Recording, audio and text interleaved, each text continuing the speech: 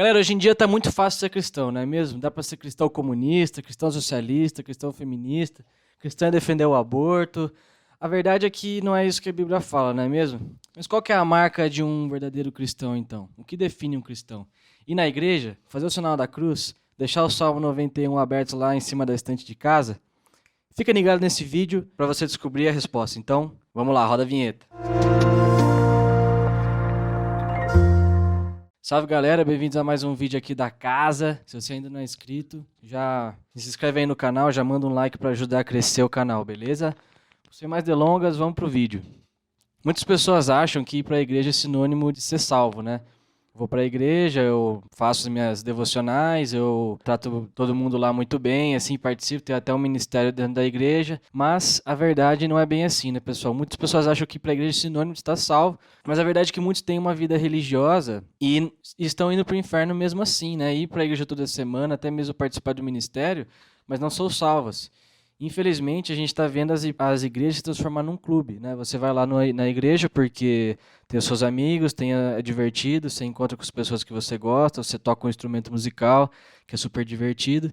Mas, na verdade, essas atividades religiosas, que são feitas mecanicamente, que não são feitas assim com a essência da coisa, que é colocar o coração naquilo, servir a Deus com alegria e tal, sem entender o que você está fazendo, não passa de uma religiosidade falsa e que você pode estar se enganando. E a gente tem, biblicamente aqui, pessoal, eu separei para vocês 3 evidências de um verdadeiro cristão. A moral, a evidência social e a evidência doutrinária, né, com base em textos retirados da primeira carta do apóstolo João. Então, vamos aos versículos. O primeiro versículo está lá em 1 João, capítulo 3, versículo de 7 a 9. Filhinhos, não vos deixeis enganar por ninguém. Aquele que pratica a justiça é justo, assim como ele é justo. Aquele que pratica o pecado procede do diabo, porque o diabo vive pecando desde o princípio. Para isso se manifestou o Filho de Deus, para destruir as obras do diabo. Todo aquele que é nascido de Deus não vive na prática de pecado, pois o que permanece nele é a divina semente. Ora, esse não pode viver pecando, porque é nascido de Deus. Daí a primeira evidência, então, pessoal, de um verdadeiro cristão. É não viver na prática do pecado. Não que um verdadeiro cristão vai ser perfeito. Nunca vai existir, além de Jesus, outro perfeito aqui nessa terra, nessa vida. Porém, a marca do verdadeiro cristão é que ele se arrepende dos seus pecados e vence o pecado, eventualmente. É que ele está sempre caminhando para frente no caminho da santificação. Não existe, quando o assunto é santificação, não existe ficar estagnado. Ou você está andando para trás, ou você está se tornando um pecador pior, ou está se tornando um menor pecador à medida com que o tempo passa, certo? E a marca do verdadeiro cristão é essa. Não que ele vai ser perfeito, mas que ele se arrepende, que ele se entristece com o seu pecado. Talvez quando você não era convertido ainda, você não pensava assim, né? Você tinha até prazer nas coisas do mundo, você tinha prazer em mentir, prazer em ter um enriquecimento ilícito aqui ou ali, prazer não sei, de repente gritar com alguém, tratar as pessoas mal. Mas depois da conversão, depois do novo nascimento, da regeneração, isso se tornou vazio, né? Antigos amigos, antigas amizades perderam o sentido. Frequentar certos lugares perdeu o sentido também. Então, é isso que acontece na vida do cristão. Ele passa a se entristecer. A primeira evidência do verdadeiro cristão é a evidência moral, ou seja, o evangelho transforma a sua mente, transforma a sua bússola moral, e ele passa a ter tristeza diante do seu pecado, ele passa a ter alegria e prazer em obedecer a Deus, conforme fala lá Salmo 1, né? O prazer do justo está na lei do Senhor, e na sua lei medita de dia e de noite. Então essa foi a primeira evidência. A segunda evidência é a evidência social. Vamos ler aqui então a segunda evidência que está na primeira carta de João também, né? Capítulo 3, 14 a 16. Nós sabemos que já passamos da morte para a vida porque amamos os irmãos. Aquele que não ama permanece na morte. Todo aquele que odeia seu irmão é assassino. Ora, vós sabeis que todo assassino não tem a vida eterna permanente em si. Nisto conhecemos o amor, que Cristo deu a vida por nós e devemos dar a nossa vida pelos irmãos. A segunda evidência de um verdadeiro cristão é que ele ama o seu próximo, porque quem ama o próximo está automaticamente amando a Deus, amando a Cristo, né? Não tem como você amar de verdade, um amor verdadeiro bíblico pelo seu próximo, sem estar amando, em primeiro lugar, a Deus antes. E essa é a marca do verdadeiro cristão, essa é a marca do verdadeiro discípulo de Jesus, que ele progride no amor, que ele tem prazer em amar ao próximo, fazer o bem ao próximo. Terceira evidência de que uma pessoa é um verdadeiro cristão é doutrinária. Vamos ler lá agora o capítulo 5 de 1 João, versículos 4 e 5. Porque todo que é nascido de Deus vence o mundo, e esta é a vitória que vence o mundo, a nossa fé. Quem é o que vence o mundo, senão aquele que crê ser Jesus, o Filho de Deus? Então, a terceira evidência é que a pessoa confessa e professa a sua fé.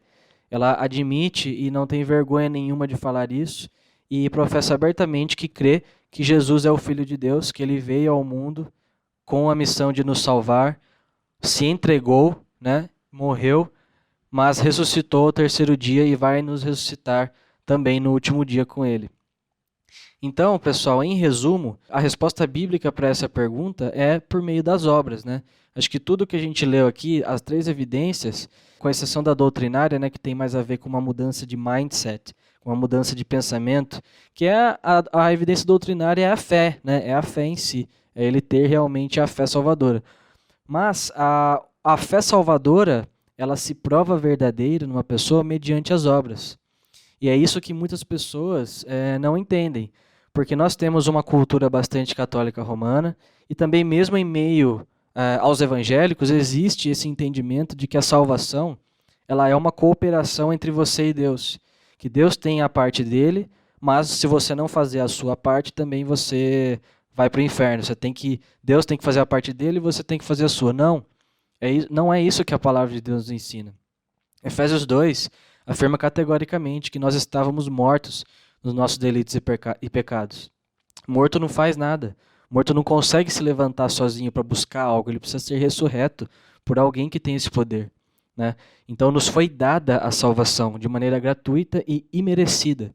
Não há nada que possamos fazer para merecer a salvação. Por mais que você vá na igreja, por mais que você ajude as pessoas, não minta, não roube, seja uma boa pessoa para sua família, para seus pais, para seus amigos, isso não vai te qualificar para herdar a vida eterna, porque você tem o pecado. Por mais que você faça coisas boas, sempre existe um pecado ali. E o mínimo dos pecados é suficiente para te tornar impuro e te tornar merecedor da ira de Deus. Então a salvação ela é pela fé somente, ela é um presente, ela é um favor imerecido, ela é uma obra da graça de Deus. E as obras, onde entram nisso? As obras é a comprovação de que você tem uma fé verdadeira, né? Imagina só, e é isso que o apóstolo é muito famoso, quem eu acho que mais explicou isso, talvez foi o apóstolo Tiago nas suas epístolas, né? Que ele fala assim, olha, a fé sem obras é morta. Não adianta nada você dizer que tem fé salvadora, que acredita em Deus, que ama a Deus, que acredita que ele é o Filho de Deus, que acredita no cristianismo, mas vive uma vida desregrada. Você diz que acredita, mas frequenta lugares, né, baladas e tem relacionamentos aí ilícitos, não sei, que tem, sei lá, usa drogas, vive uma vida de pecado e nunca se arrepende, não sente nenhuma tristeza diante do seu pecado, não sente nenhuma vontade de mudar, vontade de se arrepender. Então, na verdade, você está mentindo para você mesmo. Na verdade, você não tem a fé salvadora. Porque a prova de que um cristão tem é que ele é fazer as boas obras, né? Então, eu vou terminar esse estudo aqui com o seguinte versículo. Acautelai-vos dos falsos profetas, que se vos apresentam disfarçados de ovelhas, mas por dentro são lobos roubadores. Pelos seus frutos os conhecereis. Colhem-se, porventura, uvas dos espinheiros ou figos dos abrolhos?